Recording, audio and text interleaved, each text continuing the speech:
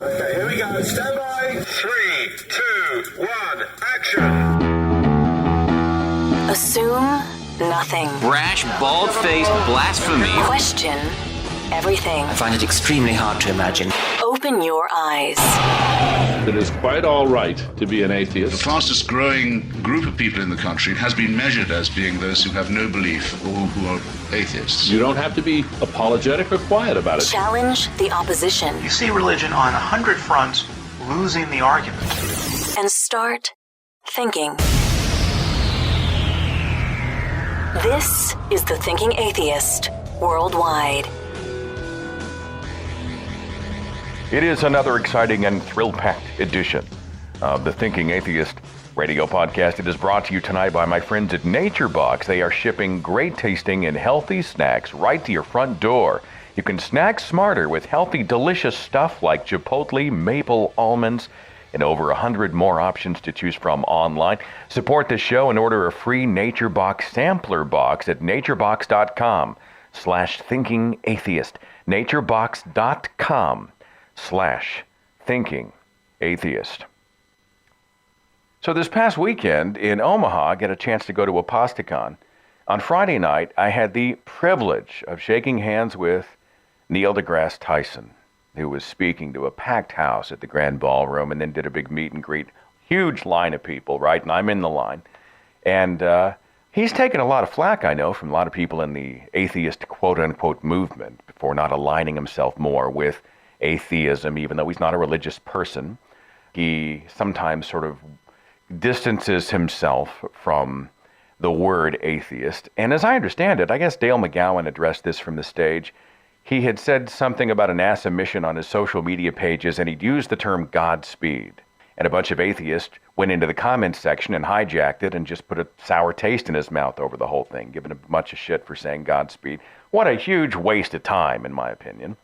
And ever since then, he has sort of not aligned himself as much as many would like with atheists. But to his credit, he was all over the Apostacon event. He came out and just owned it. Did an amazing presentation on Friday night.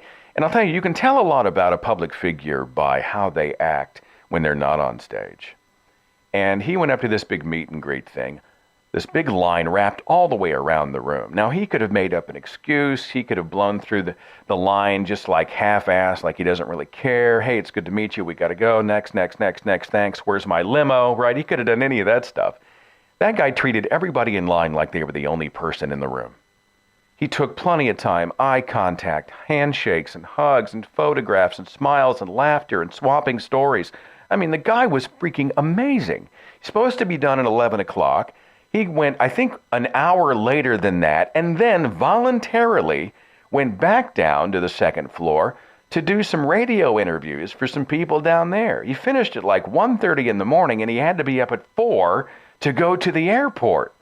Now, he didn't have to do that stuff, but he totally did it, and I could not have been more impressed. And you know, when I met him, I knew I wanted to say one thing when I shook his hand. And I walked up and I shook his hand and I smiled and I said, "Thank you for being a storyteller. Science needs storytellers. Thank you for being a storyteller." And he smiled and thanked me. And it was just an amazing moment, one I will never forget. And huge thanks to the folks at Apostacon for making it happen. Before we get into tonight's broadcast about Scientology, a huge thanks to Nature Box, our sponsor. So sure that you're going to love what they do, that they're offering free snacks. So you can just check it out. Try them out for yourself. 0 artificial ingredients, 0 trans fats, 0 high fructose corn syrup. And it's a great alternative to junk food, which is usually the easy choice. When you're hungry, you're in a hurry, you grab the closest thing, and it's normally not great for you. Tons of options on the naturebox.com website. Sea salt sun crunch, watermelon fruit chews, honey Dijon pretzels, praline pumpkin seeds. It's the season for pumpkin. French toast granola, tons more. And right now, the opportunity to get free snacks and try them out. Hit the website link right here. Nature Box will send you a sampler box right to your door that features 5 of their most popular snacks. So log on, get your free trial at naturebox.com/thinkingatheist. That's naturebox.com/thinkingatheist. atheist. When you and I think about Scientology, we normally think about celebrities, don't we? Tom Cruise, first guy that comes to my mind. How about you? Tom Cruise is so aligned with Scientology, just like John Travolta, Kelly Preston, some other celebrities like Elizabeth Moss of Mad Men. She's a Scientologist. Juliette Lewis. By the way, she also calls herself a Christian. She's a Christian and a Scientologist. Kirstie Alley said it once helped her beat an addiction to cocaine. Scientology was her ticket out. Nancy Cartwright, the voice of Bart Simpson, she's a Scientologist. Jason Lee from the TV show My Name is Earl. His wife left him because he was apparently obsessed with Scientology, and she said enough of this, and she was out. According to the Huffington Post, Fox News host Greta Van Susteren is a Scientologist. Who would have thunk it? I thought they were all evangelical Christians on that network. Oscar-winning film director Paul Haggis, he was director of the film Crash, and the screenwriter of Clint Eastwood's $1 Million Baby. He was a Scientologist for 35 years, left the church in 2010, and wrote a scathing letter which was published worldwide, where he said, quote, "I could not in good conscience be a member of an organization where gay bashing was tolerated." He said silence is consent, and he refused to consent, so he bolted and left the church in 2010. Comedian Jerry Seinfeld once dabbled for a short time in Scientology, but it didn't really stick. Lisa Marie Presley, the daughter of Elvis Presley, she left Scientology, and then she told USA Today the following, quote, "I was slowly starting to self-destruct, and I didn't know where that was coming from.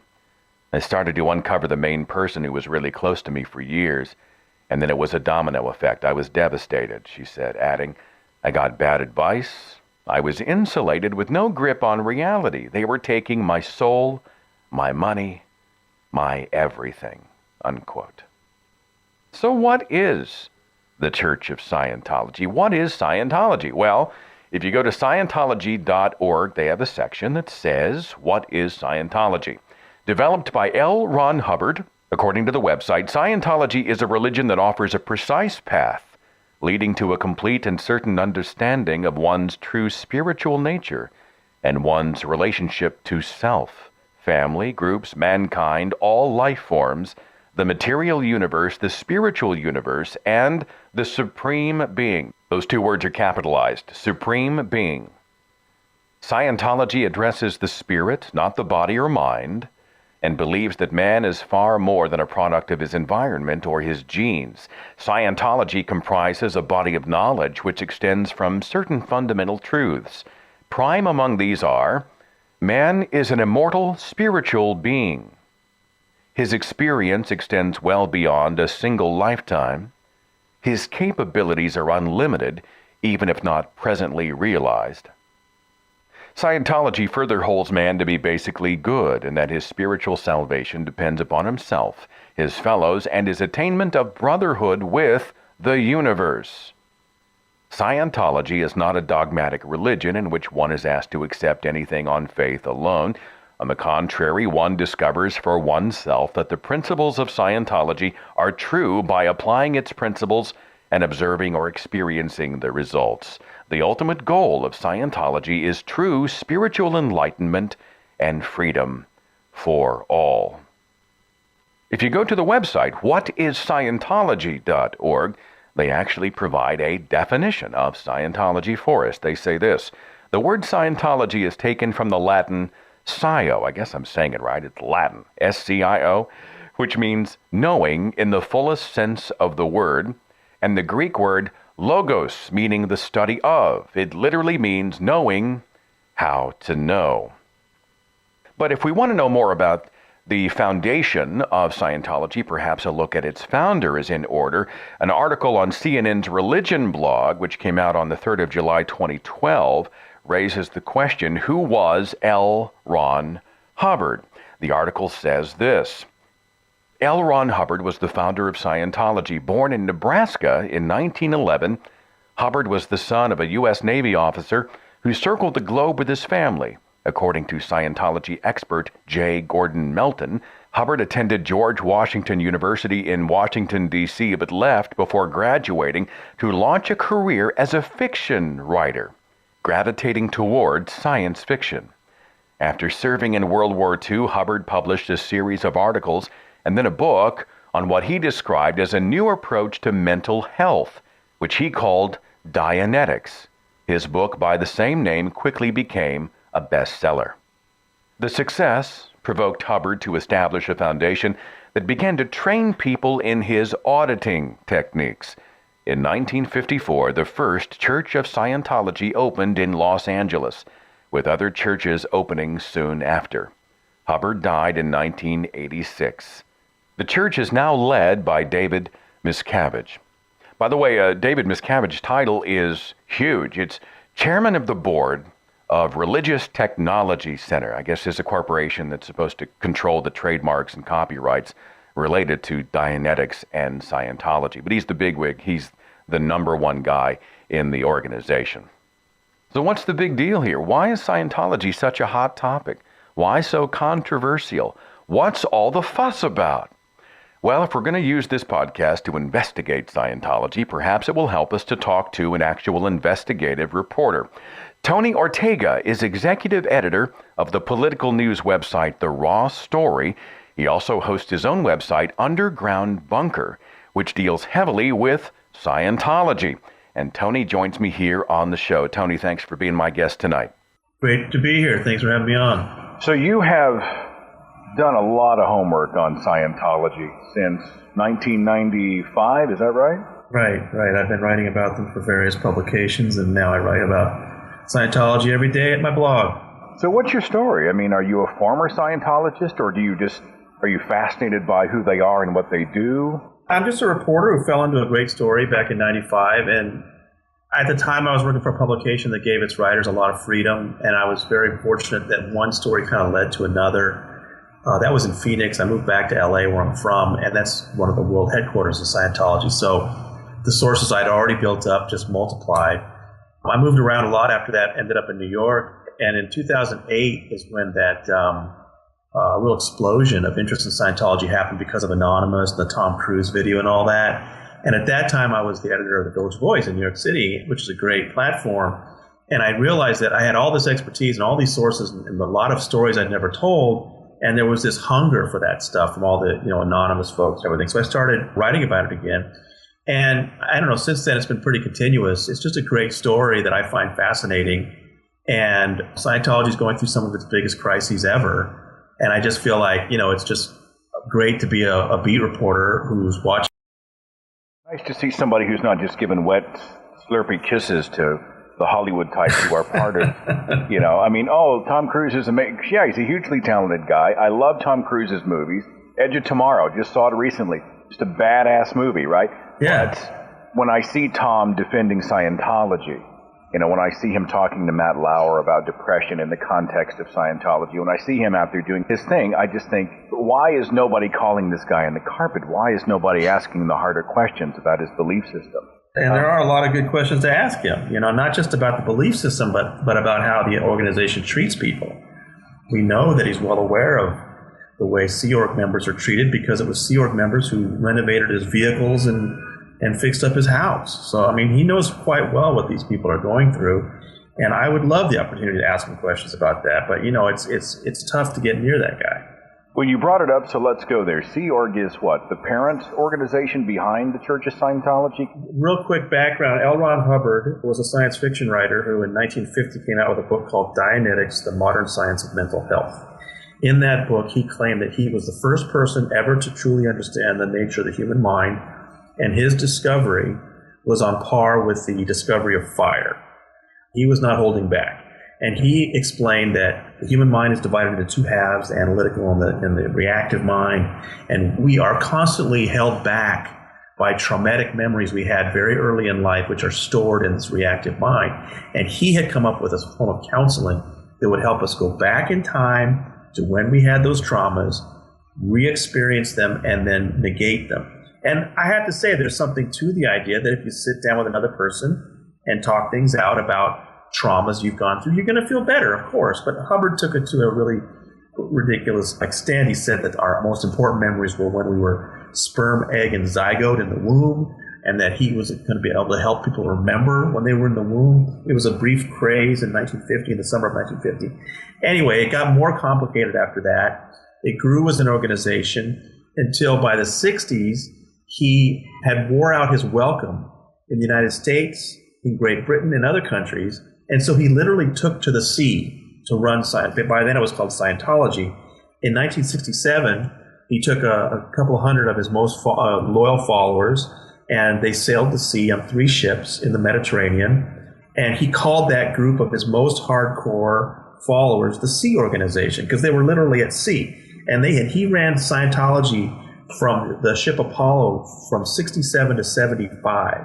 They finally got off those ships in the Caribbean in 75 and took over a small town in Florida called Clearwater. And they've been there ever since. But even though they're now on land, they continue to call that inner hardcore of workers the Sea Organization. And there's probably about 3,000 or 4,000 Sea Org members in the whole world. They run the most secret, innermost important functions of the church. And in order to become a member of the Sea Organization, most of them today are recruited from families that are already in Scientology. They're the children of Scientologists, and they tend to join very young, 15, 14. I mean, we've heard about 10-year-olds signing their contract. And the contract to become a Sea Org member requires you to promise to be a member for 1 billion years. You literally sign a 1 billion-year contract. They work about 110 hours a week for pennies an hour. And they don't see their family. They just go off and work these incredibly brutal hours. And a lot of it's kind of hard manual labor. I'm going to come back to how the church treats its members in just a second. But let's get back to Hubbard. Do you think he was real? Do you think the guy was a true believer in any of this stuff? Because when I read about L. Ron Hubbard, it's almost like somebody dared him. Hey, look, I'll bet you could start a religion and totally clean up.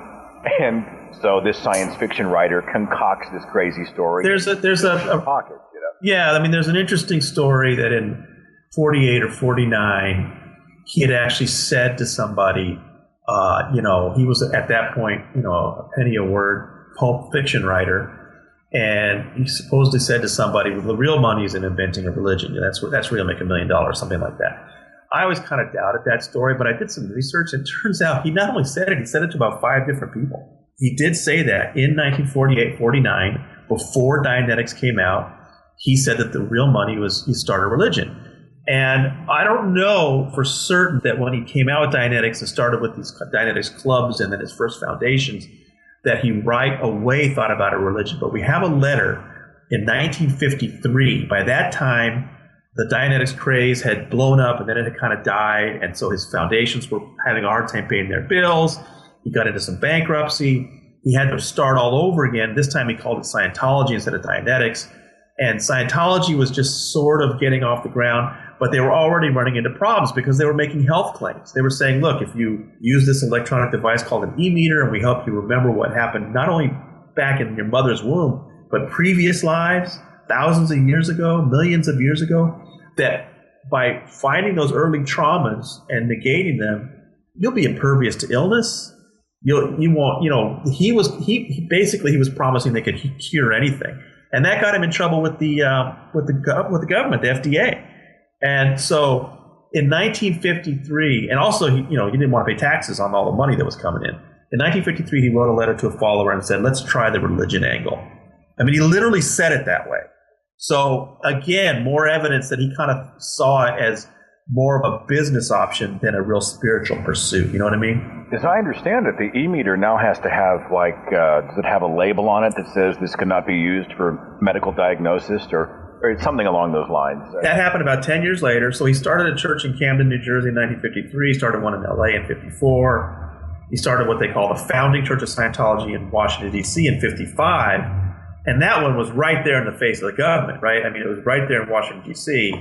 And the FDA started watching, and in 1964, I think it is, after they investigated it for some time, they decided, okay, we've had it with this e-meter and these claims, and they raided the place.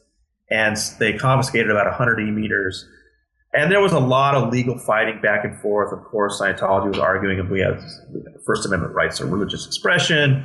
And ultimately the settlement they came on was what you're talking about, that all e-meters from then on, 1965 or something, had to have this label saying that it was a religious artifact and it should not be used for the diagnosis of mental illness. Religious artifact? Yes. With like a talisman or something?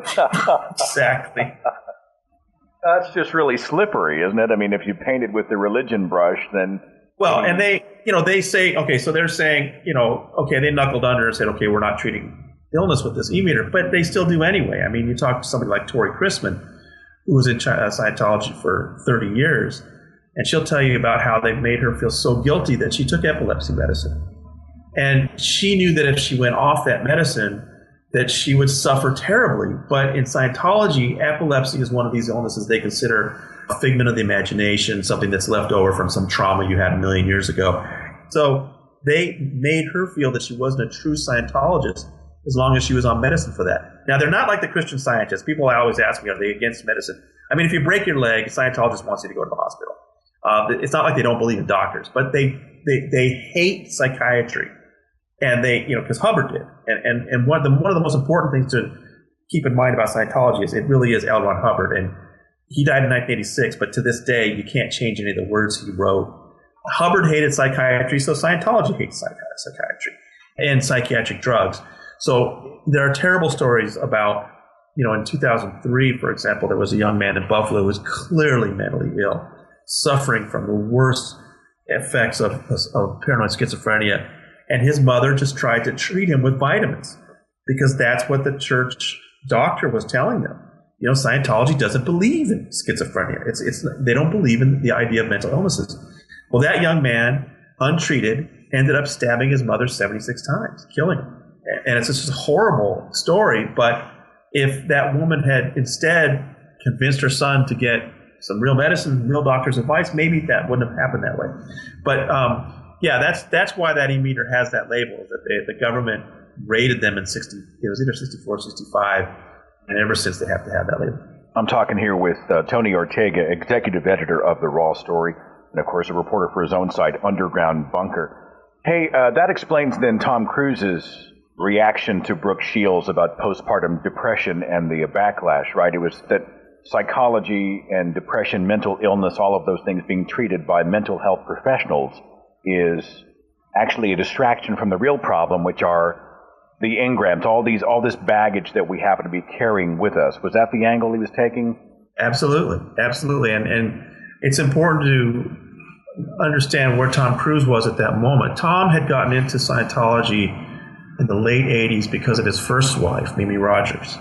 And then when he had married Nicole Kidman, which was in 1990, I think, he got her into it. And she actually, she loved Tom. She wanted to be a part of his life. She very enthusiastically started into Scientology and got up what they call the bridge to total freedom pretty quickly. She got up to OT1 or something. I don't know. Anyway, she eventually soured on it.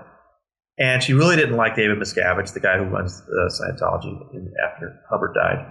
And so she not only pushed away from Scientology, but she took Tom with her. And this was something that we really didn't know until some executives came out several years ago and told us the story.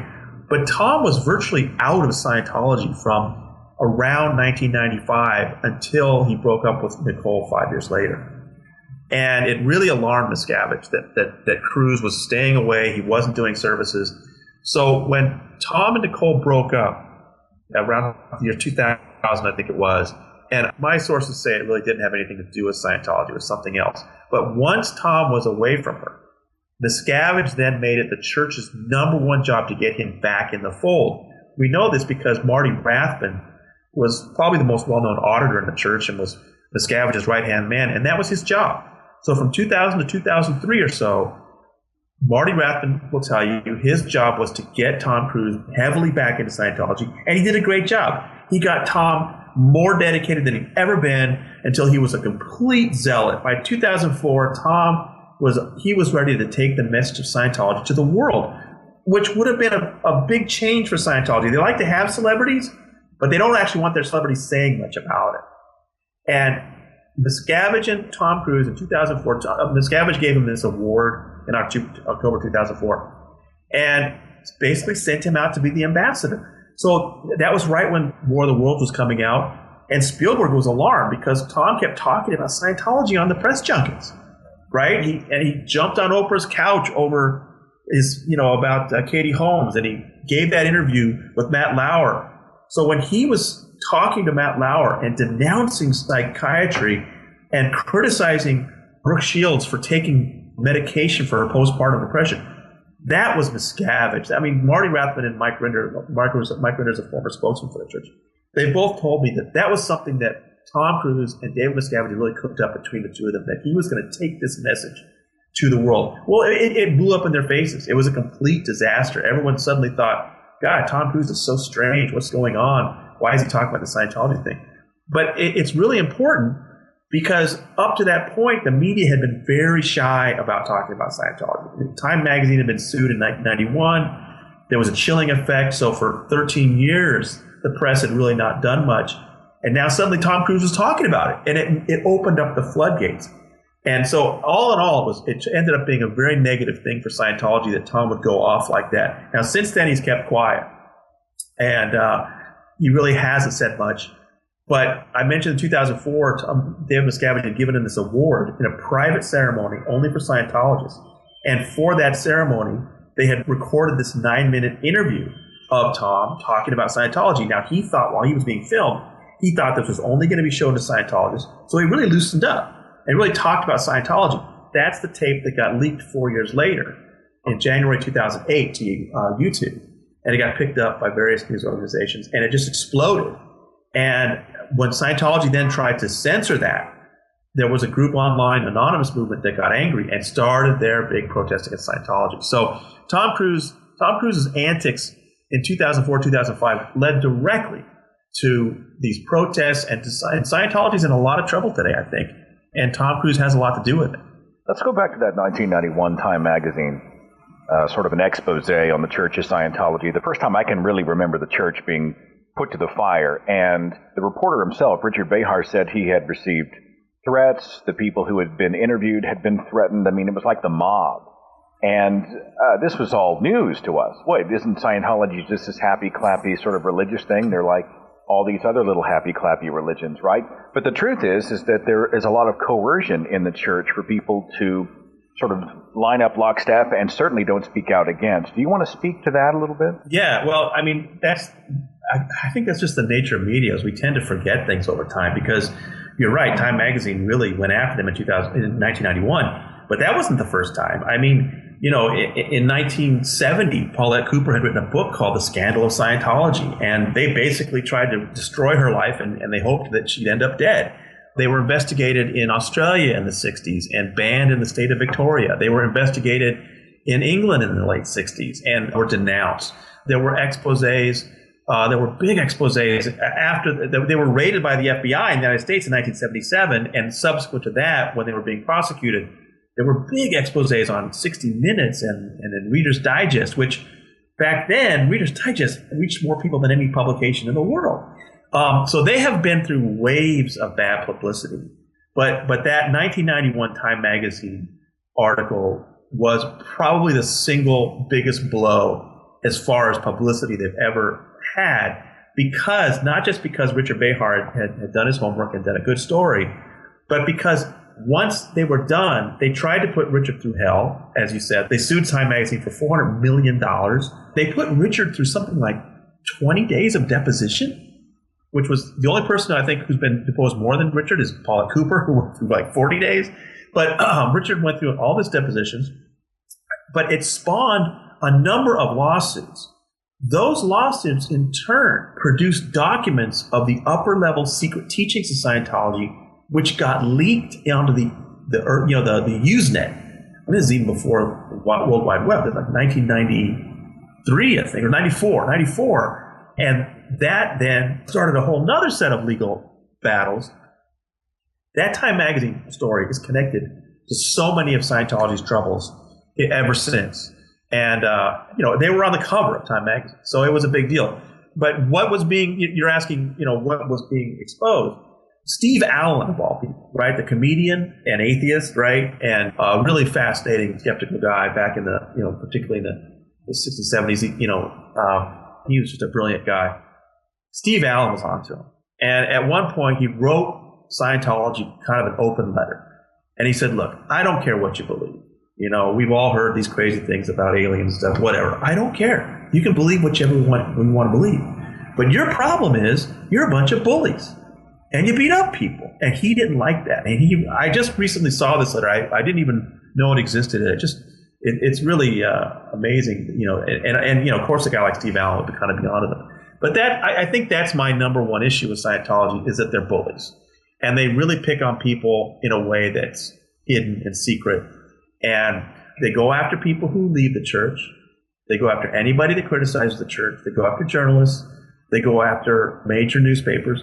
And it all goes back to Hubbard, because Hubbard in the 50s and 60s wrote numerous policy letters where he instructed, we never defend, always attack. If there's somebody criticizing us, they must have secrets, they must have crimes, go expose them and destroy them.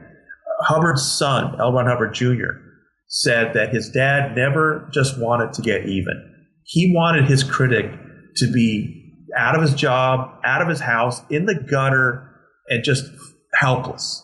And he said, my dad wanted to look down on you and know that he destroyed you. And so that kind of thirst for revenge is baked into Scientology. They are still following the exact same playbook today that they were 50 years ago. And it's something that those of us who study it can tell you examples going back 50 years, but it always seems like people need to learn the lesson over again. Oh yeah, Scientology's not going to let that go.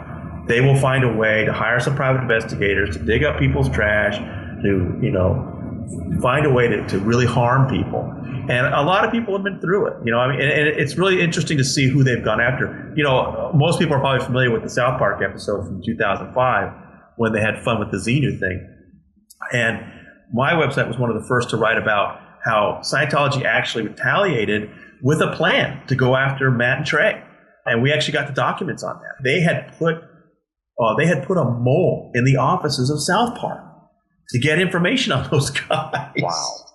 So you brought up Xenu. I got to ask, I don't want to monopolize your time, Tony, but you're a great guest and you're just rich with information. So I got a couple more real fast ones. I'll let you go. I know you got things to do, but you know, I'm thinking about that Nightline interview. You know, Martin Bashir's talking to Tommy Davis, the Scientology spokesman, and he's asking him point blank, do you believe in Xenu, the intergalactic overlord, right? The guy who brought us to Earth millions and millions of years ago. Do you believe in it? And he was totally evasive. He totally dodged and eventually walked. He eventually walked out of the interview.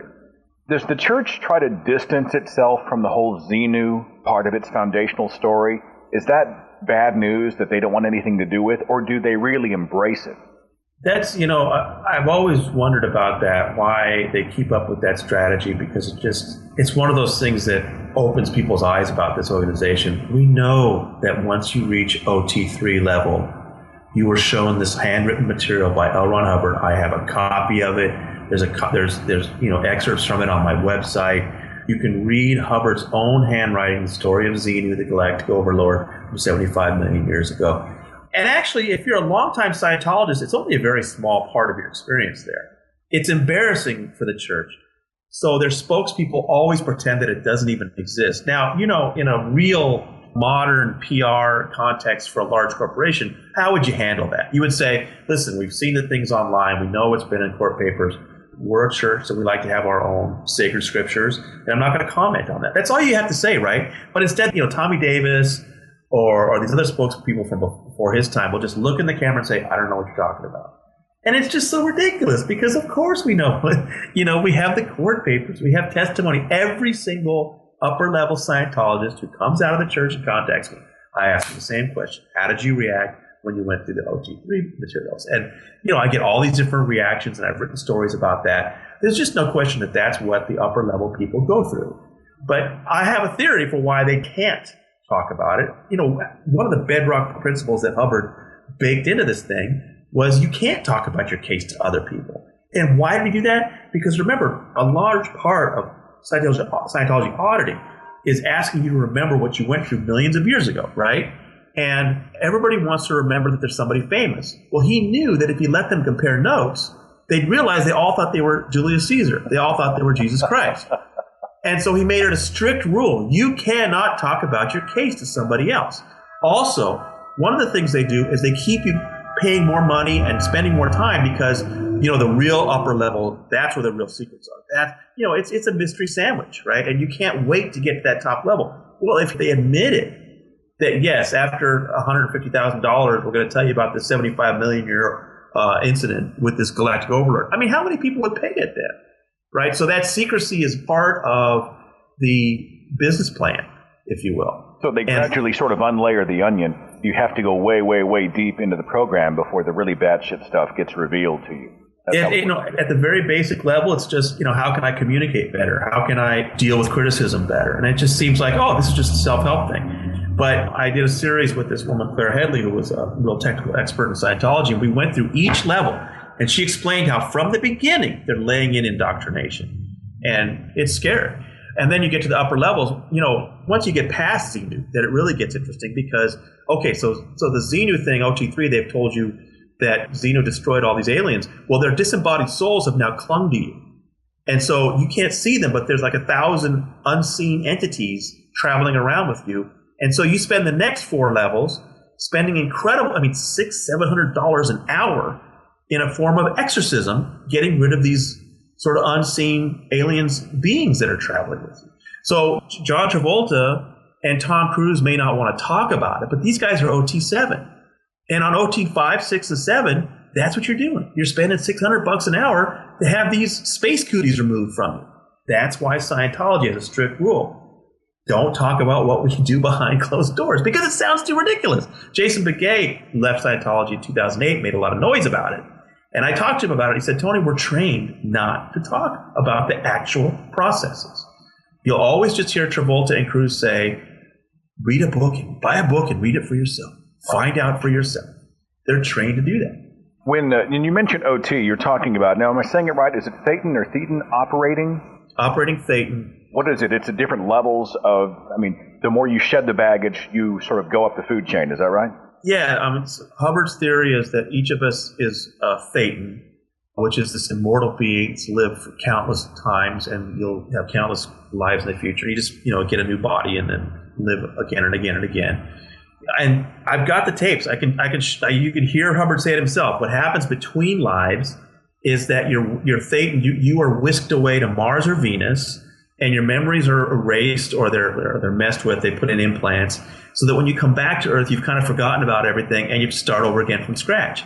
So the goal of the upper levels in Scientology, the operating Thetan levels, is that you, as an operating Thetan, you get real control of yourself, your Thetan, in that process, so that these invading forces that control Mars and Venus can no longer implant you and make you forget things. And so as an OT 9 or 10 or 15, they only have OT 8, but they always promise they'd have more. As that full operating Thetan, you would have control over yourself, and they would not be able to implant you. And you'd remember things lifetime to lifetime. You'd have all these incredible powers. You could manipulate matter, energy, space, and time. You could create whole universes. It's basically like I'm sure you know this. You probably look at a lot of odd religions. Ultimately, they're promising godhood, right?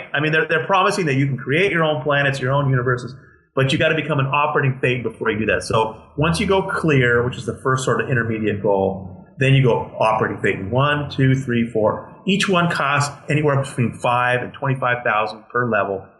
I've now calculated out for today to go to OT8, the very top. It's going to cost you about $350,000 and several years. Now, Tony, is that the reason that they go after the Hollywood types because of the money? You hear the horror stories. People mortgage their home 3 times, they cash out all their savings, they sell all their possessions for treatment in the Church of Scientology, and they leave financially destitute. Are those stories true? Oh, absolutely. No, I've talked to people that, there was a great interview done with the Tampa Bay Times, absolutely great journalists, 2 wonderful stories of Scientology.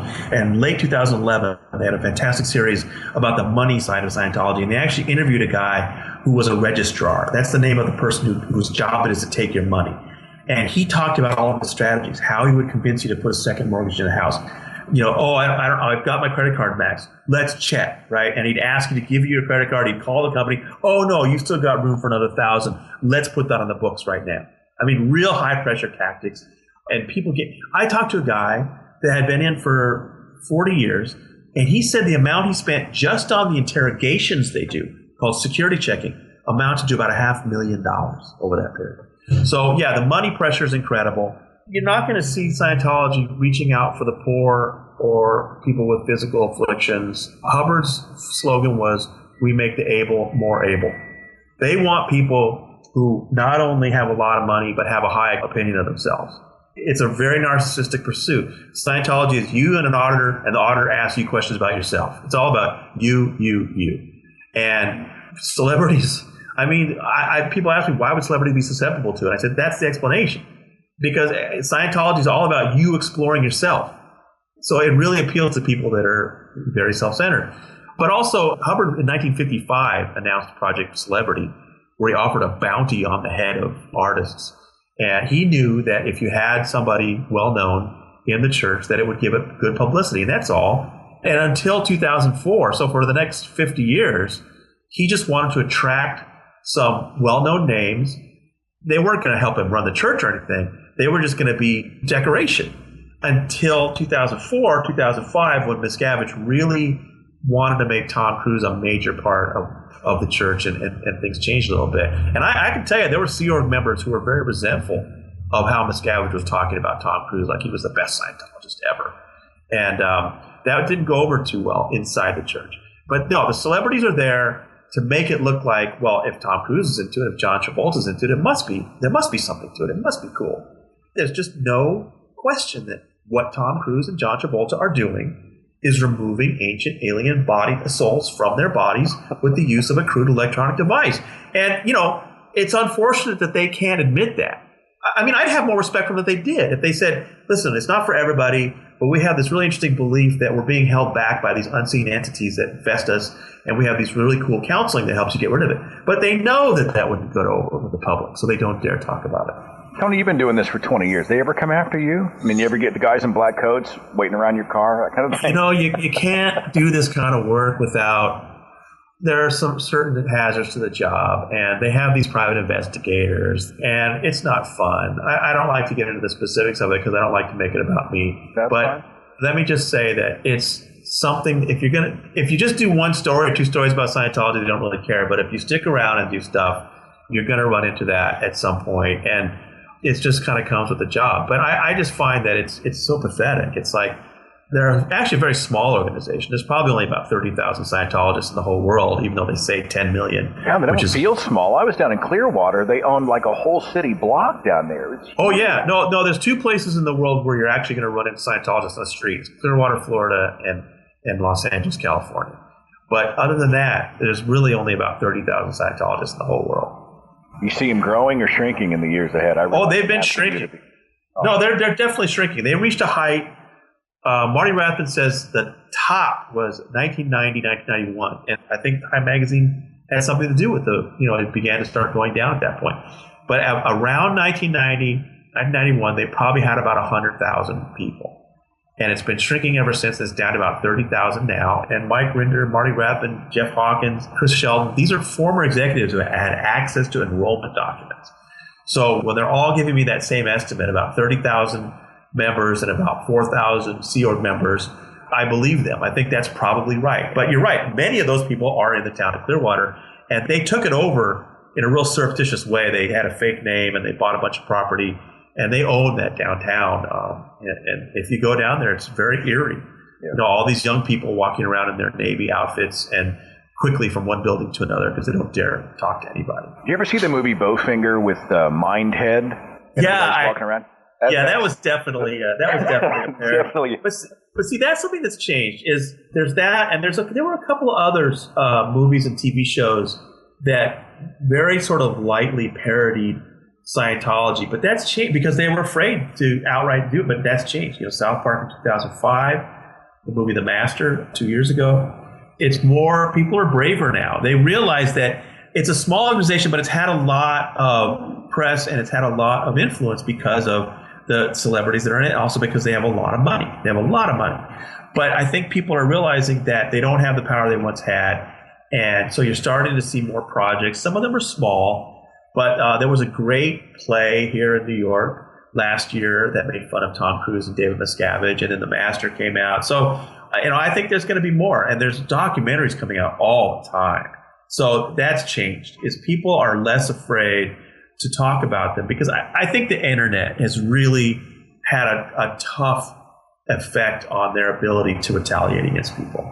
Tony, you've highlighted the stories of many who've left. Can I give our listeners a specific site? It's at TonyOrtega.org, the best site to see those exit stories and articles about Scientology. Where would you send them? Yeah, TonyOrtega.org. We have a story about Scientology every morning, and we're keeping track of several lawsuits that the church is involved in right now. And there's a lot of people who read it who were in the church, and they offer just the comment section. They help us all understand these things. Because listen, I've been writing about them since 1995, but I'm still learning about they have such an arcane way of speaking, of thinking, and it can be very difficult to really understand some of their concepts. And it's also very difficult for people coming out to adapt back to the modern world. And at TonyOrtega.org, a lot of people talk about that. We'll have a story, and people will offer their personal stories about how they've managed to adapt, and it's amazing. Tony Ortega, executive editor of The Raw Story, and of course his own site, Underground Bunker, at TonyOrtega.org. You've been a terrific interview and very generous with your time. Thank you so much for being a part of the show tonight. Hey, thanks for having me on. Great questions. It's interesting to see the stories of the ex-Scientologist. How about the niece of current Scientology leader? We talked about David Miscavige. How about his niece, Jenna Miscavige Hill? She busted out, and then she wrote a tell-all book called Beyond Belief, My Secret Life Inside Scientology and My Harrowing Escape.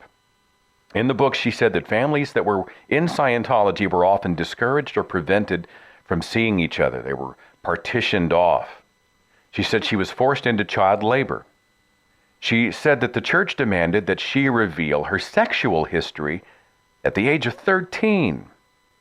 She said she once considered suicide, and that the church directly attempted to break up her marriage. She continues to be an outspoken critic of the organization, its leadership, and practices. There's a guy named Mark Headley. He was named by the Village Voice as one of the 25 people out there who are crippling Scientology. In an article posted August 2011, it said this: Mark Headley and his wife Claire come up several times in the pages of Janet Reitman's book, Inside Scientology. The young couple met while working in the Sea Org at Scientology's secretive desert headquarters near Hemet, California. Even though they achieved high-ranking positions in the organization, they endured stark and primitive conditions as two of the many nameless Sea Org drones who work so very hard. Reitman captures the drama of their meeting and marriage, the dread Claire felt when she realized she was pregnant, even though Sea Org members were not allowed to have children, and the devastation Claire felt as she aborted 2 pregnancies, knowing that not to do so would mean she'd be separated from her husband. Eventually, they escaped from that life, and Mark went on to start a lucrative business in Los Angeles, which he recently sold. The couple now lives with their 2 children in Colorado. But what really put Mark on this list is what he did once he got out of Scientology. He didn't let well enough alone. Headley knew that he possessed crucial, damning information about Scientology. He'd worked directly with Tom Cruise as the actor's guinea pig while Cruise learned how to audit. Headley had also worked closely with Scientology leader David Miscavige and had witnessed the violence and chaos on the base. Headley began leaking his observations under the name Blown for Good on the internet. What BFG had to say alarmed Scientology so much, we now know that the church expended enormous resources to confirm that it was Headley leaking that information. But Headley didn't stop at internet posts. He wrote a book also called Blown for Good, and he and Claire filed lawsuits against Scientology for years of sub-minimum wage pay. The lawsuits were dismissed, but not after becoming another resource suck for the church, and there's still a chance that the lawsuits may be revived. Someone else who spent decades inside the Church of Scientology only to leave and then become an activist to speak out against it is my next guest. She has a popular online presence, her own anti-Scientology YouTube channel. Her nickname is Magoo, but her real name is Tori Chrisman. Tori, thank you so much for being on the radio tonight. Hey, thanks for having me, Seth. I know that you have a history in Scientology and now are sort of an outspoken opponent of it. And I want your story. I mean, you got into it when? How did it happen? What happened to you? I basically read a book. A high school friend of mine gave me a book, Dianetics, when I was 22. I read it, and I wanted to help people. So I basically quit college. Literally, this was in the 60s, 1969. I hitchhiked from Chicago to Los Angeles to become a Scientologist. And then I woke up 30 years later and escaped out. So it was a long haul. When you first started with Scientology, was it sort of presented as kind of a self-help, make yourself better, Totally. be better at problem solving, at relationships, that kind of thing? Absolutely. If they had said religion, I would have never touched it. They were not even into religion at all at the time. And the guy even said it's an applied philosophy. And I was studying Buddhism and having a hard time applying it. So I thought, hey, okay, this works. And once you're in, what kind of things happen? I mean, are you counseled? Or do you go to classes? Do you pray? You can do both. No, they don't pray. It's not a religion, and people have to really understand that. In my opinion, it's totally a cult. If you study what is a cult, it is. But even let's leave that word out because people don't like it. But it's an abusive, it's a phony, fraudulent business. That's what it is, pretending to be a religion. That's exactly what it is. And it works in mind control. So once you get in, it starts right away. The mind control starts right away. I was a hippie, a free speech advocate, and within days, they got me to agree not to talk to anyone, to rat on people if they say anything that isn't correct. You know, it's unbelievable how fast they can change your mind. Are they governing who you are friends with, how much you see your family, that type of thing? 100%. My mother, I have epilepsy. They made me get off my medicine for epilepsy. I was having grand mal seizures. My mother could feel I was losing my short-term memory. And she was saying, Tori, they're going to kill you. And I was like, no, Dianetics was going to help me. Really, it is. And she was like, no, it isn't. It's a physical condition, right? So finally, I went out on a date. She and I were not even friends, but she stayed on top of it. I got to give her that. She called me the next day. She said, how was your date? I said, what date? She said, okay, that's it. Either you're on your medication today and your doctor calls me today and says you're on your medication, or I personally am going to fly from Chicago out to Los Angeles, and trust me on this, L. Ron Hubbard and the Church of Scientology will never forget your mom. And I knew my dad was a celebrity. He worked for NBC as a broadcaster for football at the time, and I knew my mom. She would not stop with just bitching them out. She would have been on every radio and news station talking to every parent, saying, don't let your kids get into this. The ultimate intervention, huh? She would have just handled those people. Oh, yeah. And unfortunately, I mean, it was fortunate in a way because it did save my life. But probably she would, if she had come, that probably would have been the end of it. I would have not gotten in. But in a way, I don't regret it because I got married and I had my son and I adore him. And so, you know, there were things that were good in the old days that were good about it. All right, well, let's role play for a second. I'm new to Scientology and I'm going into an auditing session. And let's say you're auditing me and you've got the e-meter and whatnot. What kind of stuff are you asking me? What kind of things am I being asked to reveal? Now, okay, you got to look at, there's all different levels of Scientology. So in the beginning, they're not going to run into, you know, what have you done? What crimes have you had? They've got to get you suckered in. Do you see what I mean? They're building trust. Yeah, so they got to do some stuff where you're like, hey, I feel better with this. These guys seem cool. Because they first find out what are your quote-unquote buttons. What are things that you have problems with? Let's say you have problems communicating, which you don't, but let's just say you did. Mm-hmm. So then they'd go in session and say, well, you know, who can you not communicate with? Well, my brother. Okay, and tell me a time when you couldn't communicate with them. Well, you know, blah, blah. Anyway, it goes on and on. So that's the beginning of it. As you get higher, it's like a triangle. The higher up you get, the worse it gets. And the more they start going, Seth, okay, have you ever stolen any of the secret materials? And now I say, no, I haven't. Seth, it's something's reading on the meter. So you're thinking of something. So tell me, what is it? No, I don't remember stealing anything. I don't think I've stolen anything from the church. I certainly didn't mean to. Okay, I understand it, but you know the tech. You know, it's like if something's reading, there must be something. So look around. I mean, take a minute. You have to remember they're brainwashed. Half of it is the auditing, but half of it is the training. You got me feeling guilty. I haven't even done anything. I know.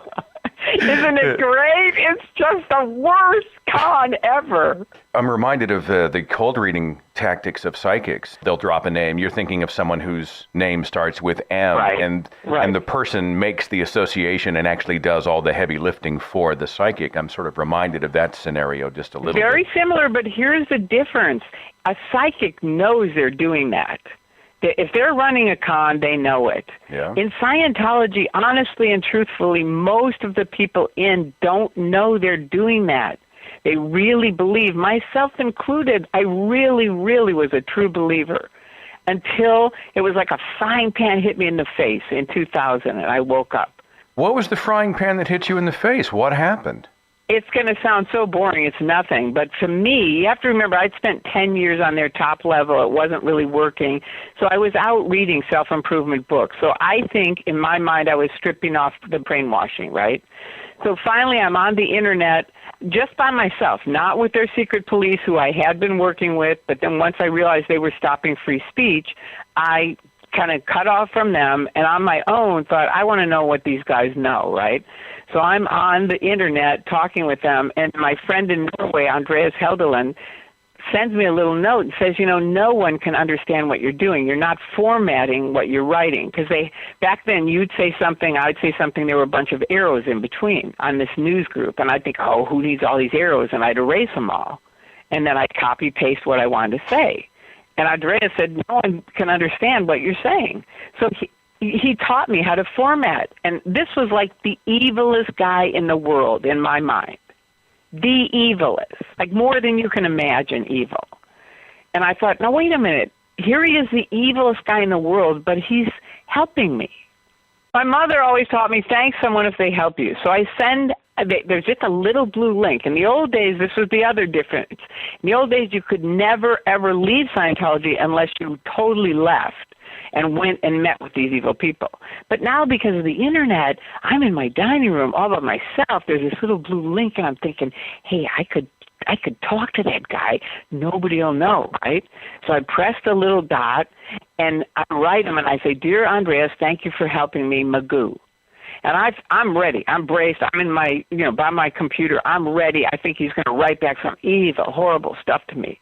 And he writes, he goes, you're welcome. Best wish, Andreas Helderland, his full address, his full phone number, everything. Now, we'd been using phony names, phony addresses, phony names on the phone. Nothing. It was just unreal how much we were lying. And here's this evil guy with his whole address and phone number. So then I finally say, Andreas, I don't get it. And he goes, honestly, I said, he goes, I believe in truth. I believe in looking, because I said, why do you have up this stuff about my religion? And he goes, I believe in truth. I believe in looking at both sides, and I believe in having the courage to say what I think. I don't think Scientologists are bad. I just think they're misinformed. And I sat and cried for 4 hours. Because that is who I was at 22. That is exactly who I was. And now at 53, I couldn't look. I couldn't read. Because the higher up you get, the more they cut you off. I couldn't talk to people. I couldn't watch television. I couldn't read books. It was just unbelievable. And so that was the beginning of it. And then the final frying pan was I wrote him and said, I can't stop crying and I can't talk to anyone. I don't know what to do. And he wrote me back and he said, Dear Magoo, I'm sorry you're crying. I'm crying reading your email, but I've got to ask you this one question. What kind of friends could those be if they're going to leave you because you change your mind? Oh, yeah. And that was it. That was the frying pan. And why do they call you Magoo? I have to know. I've heard it mentioned. It's on your site. Give me the story real fast. Just my dad has little tiny eyes like me, and he loved humor, like, Laurel and Hardy and stuff like that. So I used to call him Mr. Magoo. And he also played for the Chicago Cardinals. His football number is 44. So he passed away when I was 22, but I always felt kind of close to him spiritually. And when I woke up, I had no one to talk to. I mean, no one, nothing. It's the scariest thing in the world. Yeah. But I could feel my dad, and I could feel him going, do it. Just go. Do it. So I thought, you know what? I'm going to keep him near me. So I've always had, like, Tori Magoo 44 is my YouTube site on YouTube. Tori Magoo 44. That's catchy. You said two words that just made me sit up straight in my chair. You said secret police. What do you mean when you say that in regard to Scientology? Well, again, now you have to remember, when you're in, you don't realize they're the secret police. They say this division, the Office of Special Affairs, has to do with PR and legal. That's it. That's all it is. Now, the critics are out saying, oh, they do fair game, they hurt people, they stop free speech, they break up families. But when you're in this perfect, hey, Seth, come on in. Oh, it's so exciting. You got on clear. Oh, my God. And imagine like 300 people going, Seth, you look so much better. You did clear, didn't you? You attested to clear. Tell us. Oh, my God. You know, just on and on and on, right? It's so overwhelming. See, now I forgot what I was talking about. I'm just so affirmed. I feel so affirmed by you, Tori. We were talking about the secret police. We were talking about the people who were supposedly... You don't even know they're the secret police. You don't. You just think they're PR and legal. You really believe that. And what, are they monitoring behavior? I was out opening up their phony accounts. Anonymous arrived in 2008. Bless their hearts. I opened up the phony accounts in the 90s. They're anonymous phony accounts. Why did I do that? Because my best friend, Bill Yachty, I trusted him. He said, Tori, look at me. Because I said, this sounds really weird. I'm really worried about this. What are you doing? And he said, I'm not going to tell you because they'll get you in deposition. Do you want to be in deposition for months? And I went, no. And he said, okay, so I'm not going to even tell you what we're doing. Just know we're handling the critics. And I trusted him. So I thought, okay, whatever he says, I'll do. So he was like, open up these phony accounts, get the email, get a password, send it to me.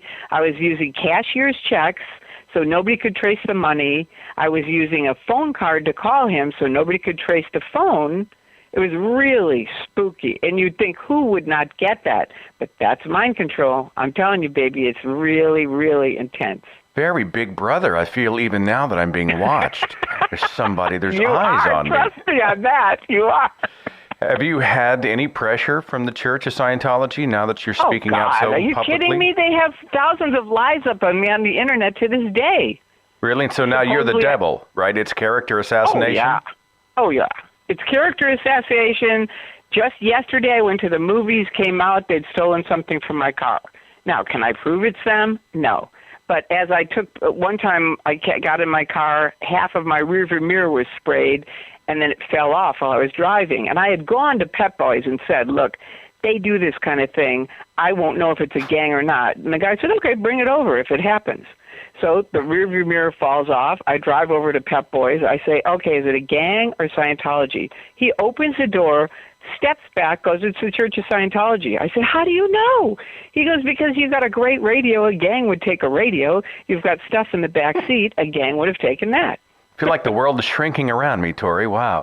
No, but here's the thing. Because so many people are out and so many people are speaking out, and ever since 2008 when Anonymous arrived, the whole world changed for them, where they can't do this kind of thing. They can needle away at me and steal something out of my car or whatever. I mean, the rearview mirror thing was years ago. Mm-hmm. Taking something out of my car, what am I going to do? Call the police and say they took my tweezers? It's like, give me a break. And that's what they do, just a little bit to nitpick away at me. But most people, they do nothing, and even most people would say, oh, I doubt it. They're doing anything to Tori, and I don't care. I know what they're doing, and here's the deal. Here's what happens, Seth. They do that kind of shit, and what happens? A couple days ago last week, I was like, you know what? I think I'm done. This has happened for years. I'm like, I'm done. I've said everything. I'm going to just move along. And then they do their little thing, and I go, you know what? God damn it, I'm staying around here. I got more to say. My voice will not be silenced, damn it. That's right. So thank you to the Office of Special Affairs, and don't worry about it, Seth, because you've got people around the world that will help you.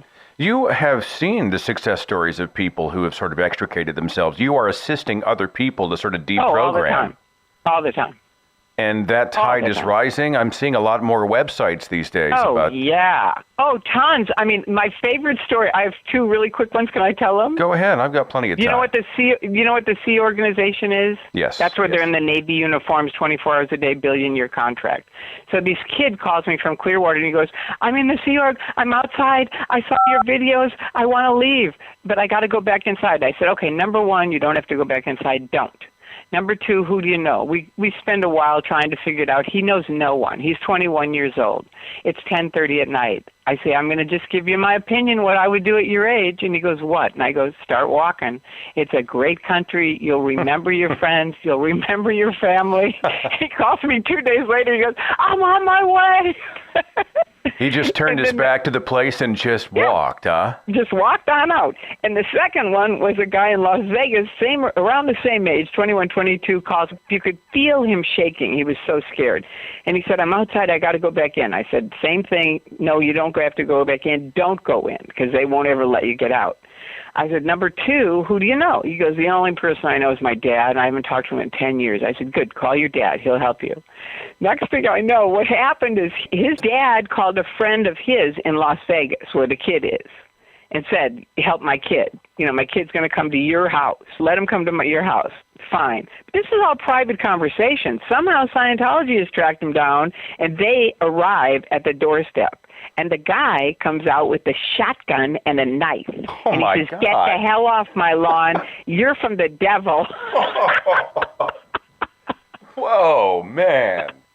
So I'm just telling you, the world has changed from the old days when they could, really bully people. As Judge Breckenridge said, they're a mafia-like organization, and they are. They're absolutely insane. But their days have come and gone as far as really being able to bully people to any extent and get away with it. It's impressive the amount of video content that you have produced. What site, what channel would people go if they wanted to see your content in regard to Scientology? Okay, it's on YouTube, and you just type in TORY and then MAGOO 44. That's me, Tori Magoo 44. Awesome. I'll make sure and include the link to that in the description box of this show. I'm so glad you escaped and lived to tell the tale, and you're wonderful on the radio. And I made a 10-part series if anybody wants to see it regarding that. Just type in Tori Magoo 44 + escape, and that's a 10-part series.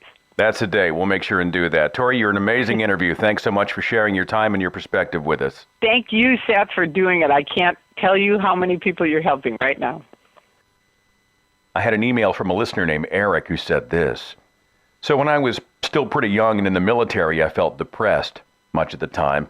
When I saw the book Dianetics while in line at the grocery store, I had no idea what it was all about or its connection to Scientology or who L. Ron Hubbard was. I just thought of it as a self-help book. And I was kind of in the market for that, so I bought it and read it. Out of context and admittedly not reading it very critically, Dianetics seemed to make a lot of sense to me. A lot of that was probably me wanting to believe that it would work to improve my life. I tried to find some friends to practice this whole auditing thing, but I couldn't find anyone who was interested. But there was a for more information call phone number in the front of the book, so I contacted them to find out how I could learn more and maybe find people interested in practicing auditing with me. I was stationed in Fort Myer, Virginia. That's right across the Memorial Bridge from Washington, D.C., so I was directed to the D.C. Church of Scientology. It did give me some pause that they called it a church, and I think they picked up on that because over the phone they explained it was mostly their way of running the organization without having to pay taxes. Well, that should have been a sign, but I was still under 20 and I just thought it was clever. So they told me when they were having a demonstration-style event and invited me to come check it out. I marked the date and I went. The church building itself made me uncomfortable, in the exact same way the churches have always made me a little uncomfortable. It was clearly a shrine to the author of the book, and by the looks of things, he had written far more than Dianetics. They had literal floor-to-ceiling columns crafted from copies of various books. They had news articles of his life featured in the halls. They had a room roped off that was set aside for his eventual and inevitable return, and assured us that there exists such a room in every Scientology structure. They treated this L. Ron Hubbard as a god. I wanted no part of that, though I was not very firm in my disbelief at the time. I identified as agnostic. I didn't necessarily think there was or wasn't an overarching power guiding the universe. I just didn't think organized religion had it right, whatever it might be. But I did want the self-help aspect, so I stuck around. Besides, I thought, how bad could this be if people like Tom Cruise and John Travolta endorsed it? There was this orientation-style video that they showed to our fair-sized group of people, and at the end of it, they wanted to make a demonstration with a member of the audience. I'm the type of person who tends to volunteer for stuff, especially if I see no one else around me doing so. So my hand was the only one up, and they took me onto the platform and went through more or less the same steps as described in an auditing session in the book. Now, of course, they used their own guy for that, and he was very practiced at his routine. I'll give them credit for this. They know how to evoke an emotional response. They brought up an old memory of my grandfather's funeral, and I recalled more about it than I ever expected I could, and I cried in front of a room full of strangers. The emotions were real, and I thought that meant that some form of progress had been made. I wanted more. They brought us into these individual rooms where they had these strange, small machines that were supposed to read our thetan levels. As far as I can recall, thetans are not mentioned anywhere in Dianetics. Looking back, it's certainly not in the glossary. I still own the book, but to be honest, I didn't scour it to look for references. I just don't remember any. So I didn't really understand what was happening, but I figured I would soon enough. We were about to schedule our first real appointment, and I was pretty excited about that. Now here's the part where I was saved from making what I now see could have been a disastrous life decision. I went in to meet with a professional auditor, and I set up my first session, and he quoted me a $275 price tag.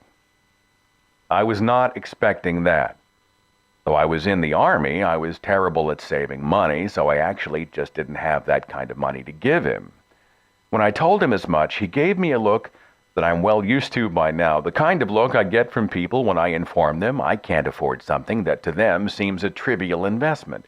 His attitude changed instantly, and he didn't even bother to hide it. They were not interested in helping me until I came up with the payment up front. At that moment, I lost all my faith and enthusiasm for the whole construct. I walked out of there angry and upset. I felt betrayed. I didn't fully realize yet what a bullet I'd dodged by being too poor to bother with. Later on, as I found out more about the whole Scientology thing, I look back on that moment with relief. I was ready to buy into the whole deal, hook, line, and sinker, for the promise of feeling better about my life. Eric, thanks very much for the message. There's a gentleman who is creating a documentary film about the Church of Scientology. The film is called Knowledge Report, and the gentleman's name is Mark Bunker, and he's been kind enough to spend a few minutes on the radio with us tonight. Mark, thanks for being on the show. It is my pleasure. Now, my previous guest, Tori, is actually a friend of yours. Is that correct? Yes, I met her back in 1999 when I was videotaping protests of Scientology in Los Angeles, and she and her husband at the time, Harold, would, as loyal Scientologists, come out to try to chase us away or convince us that we were absolutely wrong in what we were saying.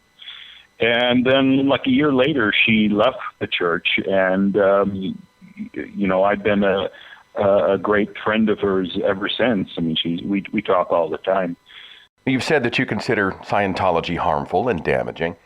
I've talked to a lot of other people on the show and gotten their perspective, and I'd kind of like yours. I mean, what specific things are we talking about that drive this fight that you have against the Church of Scientology? Well, to me, I think of Scientology as a religiously themed business.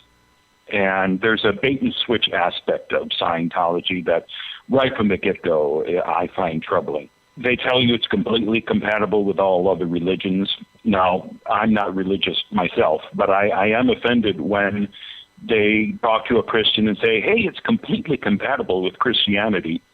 And then later on you find out that L. Ron Hubbard lectured that there was no Christ, that 2,000 years ago some madmen stumbled upon part of his tech and misinterpreted the man on the cross. And that is not exactly compatible with Christianity. Not that I'm saying, hey, listen, let's believe the story of Jesus. I'm just saying that you're lying to the people who do believe that. Once you get in, it's a mind control factory where there's this assembly line that, I mean, Hubbard was a clever man. He created this beast that just slowly indoctrinates you into his beliefs and essentially transforms you into L. Ron Hubbard. You stop thinking your thoughts and you start to think what L. Ron Hubbard wants you to think, and you start to agree with him more and more and more.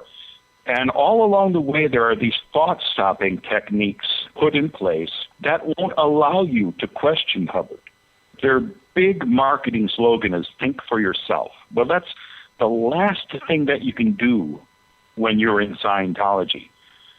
If you question anything, they trot out all the specific papers that L. Ron Hubbard wrote about the subject, and they'll convince you, no, see, you're wrong. This is what L. Ron Hubbard says about this. And so you either agree with them or you're toast. But the way it's laid out, you convince yourself that Hubbard is right. You're not allowed to have a negative thought about L. Ron Hubbard. They have what I'm sure other people have talked about, security checks or sec checks, where they're grilling you about any crimes you may have committed. Now, one of the questions they ask you is, have you ever had a negative thought about L. Ron Hubbard? And if this shows up in your sec check, well, that just causes you trouble. And so you're sent down to ethics, and you have to pay a fortune to work out your problem with Hubbard. So you start to tell yourself, well, listen, I can't have any thoughts about Ron Hubbard, negative thoughts, because this is just going to get me in trouble and cost me a lot of money. So you close off that avenue of thought. And as you're indoctrinated into Scientology, you close off more and more and more. You've got these blinders put on you.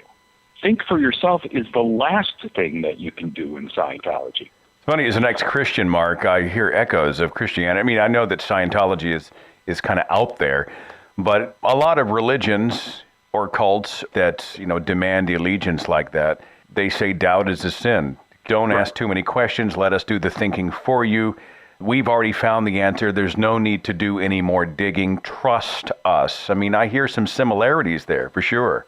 Absolutely. I think one of the big differences, though, is the fact that they've got these ethics boards that you're going to be sent to a tribunal, essentially, and it's going to cost you a fortune if you have to be handled on these MUs, or misunderstood words that they'd say. And it's just remarkable, the machine that has been put in place. It's like the auditor that goes into a business to do an audit. They're not earning their money unless they find a mistake on your part. Scientology is going to query you, question you, interrogate you, and they're going to find something because that's the ticket to getting you audited to the tune of $700 an hour or whatever. Any merit to that? Well, absolutely. Absolutely. I mean, it's all a money thing. Right from the very beginning, most people, not all, but most people, when they bump into Scientology, it would be at a stress test table out in public where they want you to grab a hold of the e-meter and they ask you if you're troubled by anything. And then the needle moves on the meter and they go, oh, what's that? What's bothering you? Well, it could be a relationship. It could be your job. They're finding your ruin. They're finding, in their terms, they're finding the one part of your life that you're really having problems with. They're latching onto it and telling you, we've got a solution for you. They bring you into the Scientology org then from the stress test, and you take this personality test. They're showing you all of the flaws in a graph, all the deficiencies in your personality, and they're saying, we can help you with this.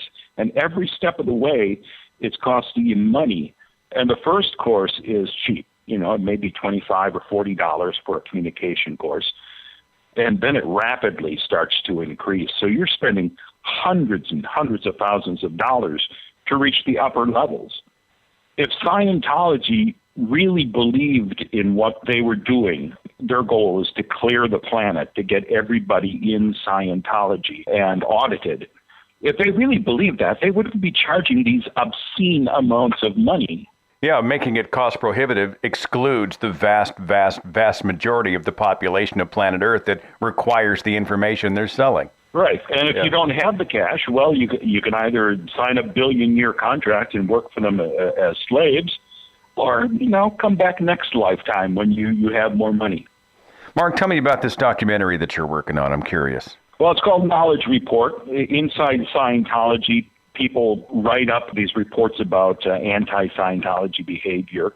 They'll report on their friends, coworkers, even their wife or husband or their children or parents. They'll say, I saw this person and they said something negative about Scientology, and that goes up lines and that gets handled then. So everybody is ratting on everybody else. That's the idea for the title of the film. And I've had a chance to travel the country and interview countless people who've been part of this Scientology story over the years, including Paulette Cooper, who was the first journalist to write a book critical of Scientology. And Scientology tried to destroy her. They had these covert plans, which were discovered when the FBI raided Scientology's headquarters in Washington, D.C. and L.A. back in the late 70s. They were trying to either drive her insane or drive her to suicide or get her thrown in jail. And one of the things they did was forge these bomb threats against the UN and against Henry Kissinger. And she actually had to deal with this legally for like a year before it was uncovered that Scientology actually did this entire thing to destroy her. And it's just amazing the length that Scientology would go to get back at an enemy. You realize how this sounds to the outsider. It sounds very Illuminati, like this is paranoia, right? This is conspiracy theory, but this kind of stuff actually happens. Absolutely. I mean, it's the biggest covert operation against the U.S. government was done by Scientology in a project called Operation Snow White, where for 2 years they had Scientologists get jobs inside the FBI and the IRS and other agencies, and they were bugging offices at the IRS to listen into the tax-exempt status meetings and stealing documents about Scientology every night, until they were caught after 2 years. And the top leaders went to prison for this, and yet the group continues. The other troubling aspects of Scientology, of course, are the personal abuses against the current members of Scientology, the forced disconnection of family members. If somebody leaves Scientology or is expelled from Scientology, well, they have a shunning system, which they call disconnection, that completely tears families apart. And the only benefit of it, as it is with, I think, any case of shunning, is to protect the organization. They will convince the parishioner who stays behind, whether it's your wife or husband or kids or whoever, they'll convince them that it's in their best interest, their religious survival, that they cut all ties with their family members.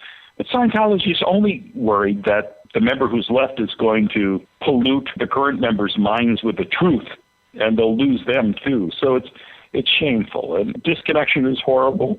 The conditions of the people who signed those billion-year contracts, the people who joined the Sea Org, they're working like slaves, 100 hours a week or more for $50 a week if you're lucky. It's just astonishing that this is allowed to go on in this country.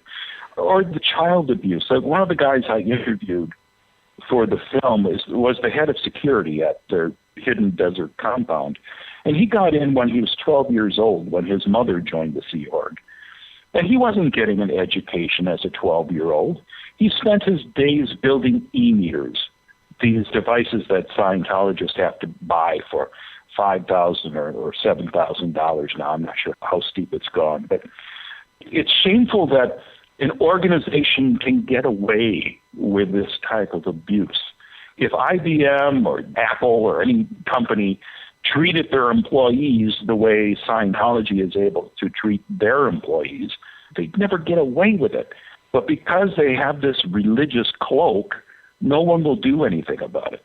Mark, I went to your website. It's knowledgereport-themovie.com. Right. And it's still in development. Do you have a target date for completion? Is it just kind of... Well, I'm hoping for next summer. And but on the website, you'll be able to see tons of clips from all the people I've talked to, and I think you'll find some interesting stuff there. knowledgereport-themovie.com, and I'll link it in the description box of this show. Thanks for being a part of the Scientology episode, and best wishes with the documentary, my friend. Thanks so much.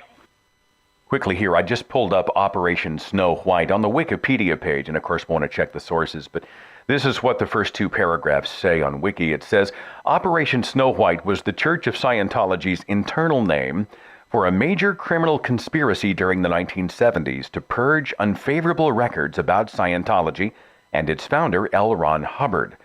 This project included a series of infiltrations and thefts from 136 government agencies, foreign embassies, and consulates, as well as private organizations critical of Scientology carried out by church members in more than 30 countries. It was the single largest infiltration of the United States government in history, with up to 5,000 covert agents.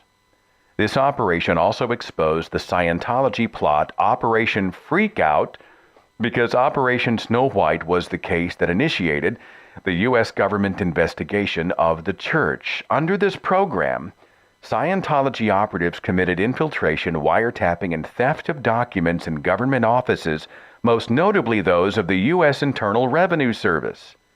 11 highly placed church executives, including Mary Sue Hubbard, wife of founder L. Ron Hubbard, and second in command of the organization, pleaded guilty or were convicted in federal court of obstructing justice, burglary of government offices, and theft of documents and government property. If I may, I'd like to cap the show tonight with an article that was published in Scientific American a few years ago. It was written by Michael Shermer of Skeptic Magazine. It was published the 12th of October 2011, called The Real Science Behind Scientology. Now, some of the stuff in this short article addresses things we've already talked about tonight, Xenu and the recruitment programs of the church and abuses and billion-year contracts, that kind of thing. But I thought it put a good cap on the discussion for the show this evening. So with your permission, I'd like to go ahead and read it to you now. It says this: in the 1990s, I had the opportunity to dine with the late musician Isaac Hayes, whose career fortunes had just made a stunning turnabout upward, which he attributed to Scientology. It was a glowing testimonial by a sincere follower of the church. But is it evidence that Scientology works? Two recently published books argue that there is no science in Scientology, only quasi-religious doctrines wrapped in New Age flapdoodle masquerading as science. The Church of Scientology by Hugh B. Urban, professor of religious studies at Ohio State University, is the most scholarly treatment of the organization to date. And investigative journalist Janet Reitman's Inside Scientology is an electrifying read that includes eye-popping and well-documented tales of billion-year contracts, aggressive recruitment programs, and abuse of staffers. The problem with testimonials is that they do not constitute evidence in science. As social psychologist Carol Tavris told me, every therapy produces enthusiastic testimonials because of the justification of effort effect. Anyone who invests time and money and effort in a therapy will say it helped. Scientology might have helped Isaac Hayes, just as psychoanalysis and bungee jumping might have helped others, but that doesn't mean the intervention was the reason. To know if there's anything special about Scientology, you need to do controlled studies, randomly assigning people to Scientology or a control group or a different therapy for the same problem. To my knowledge, no such study has been conducted. The real science behind Scientology seems to be an understanding of the very human need, as social animals, to be part of a supportive group, and the willingness of people to pay handsomely for it. If Scientology is not a science, is it even a religion? Well, it does have its own creation myth. Around 75 million years ago, Xenu, the ruler of a galactic confederation of 76 planets, transported billions of his charges in spaceships, similar to DC-8 jets, to a planet called, wow, can I even say this? Tegeac? Teegeeack, which is essentially Earth. There they were placed near volcanoes and killed by exploding hydrogen bombs, after which their thetans, or souls, remained to inhabit the bodies of future Earthlings, causing humans today great spiritual harm and unhappiness that can be remedied through special techniques involving an electropsychometer, E-meter, that's what that stands for, in a process called auditing. Thanks to the internet, this story, previously revealed only to those who paid many thousands of dollars in courses to reach Operating Thetan Level 3, OT3 of Scientology, is now so widely known that it was even featured in a 2005 episode of the animated TV series South Park. In fact, according to numerous web postings by ex-Scientologists, documents from court cases involving followers who reached OT3, and abundant books and articles by ex-members who heard the story firsthand and corroborate the details, this is Scientology's genesis. So did its founder, writer L. Ron Hubbard, make it all up, as legend has it, to create a religion that was more lucrative than producing science fiction? Instead of printing the legend as fact, I recently interviewed the acclaimed science fiction author Harlan Ellison, who told me he was at the birth of Scientology. At a meeting in New York City of a sci-fi writers group called the Hydra Club, Hubbard was complaining to L. Sprague de Camp and the others about writing for a penny a word. Lester Del Rey then said half-jokingly, quote, "What you really ought to do is create a religion because it will be tax-free." And at that point, everyone in the room started chiming in with ideas for this new religion. So the idea was a gestalt that Ron caught on to and assimilated the details. He then wrote it up as Dianetics, a New Science of the Mind, and sold it to John W. Campbell, Jr., who published it in Astounding Science Fiction in 1950. To be fair, Scientology's Xenu story is no more scientifically untenable than other faiths' origin myths. If there's no testable means of determining which creation cosmogony is correct, perhaps they are all astounding science fictions.